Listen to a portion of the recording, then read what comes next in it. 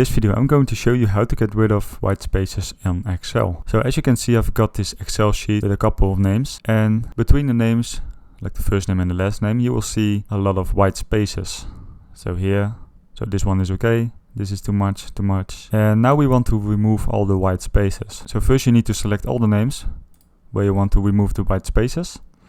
Then you go to Home over here, Find and Select, Replace.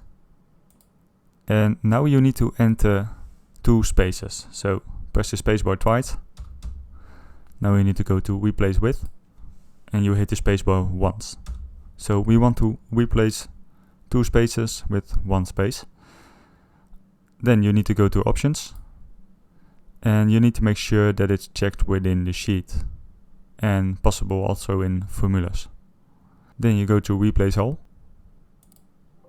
and as you can see, it made 37 replacements, but it's not okay at this moment, so you can do that again until it's look okay.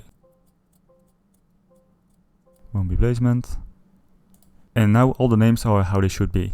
So there are no white spaces anymore. And this is how to get rid of white spaces on Excel. Please leave a like and subscribe to my channel if the video was helpful for you, and I'll see you in the next one.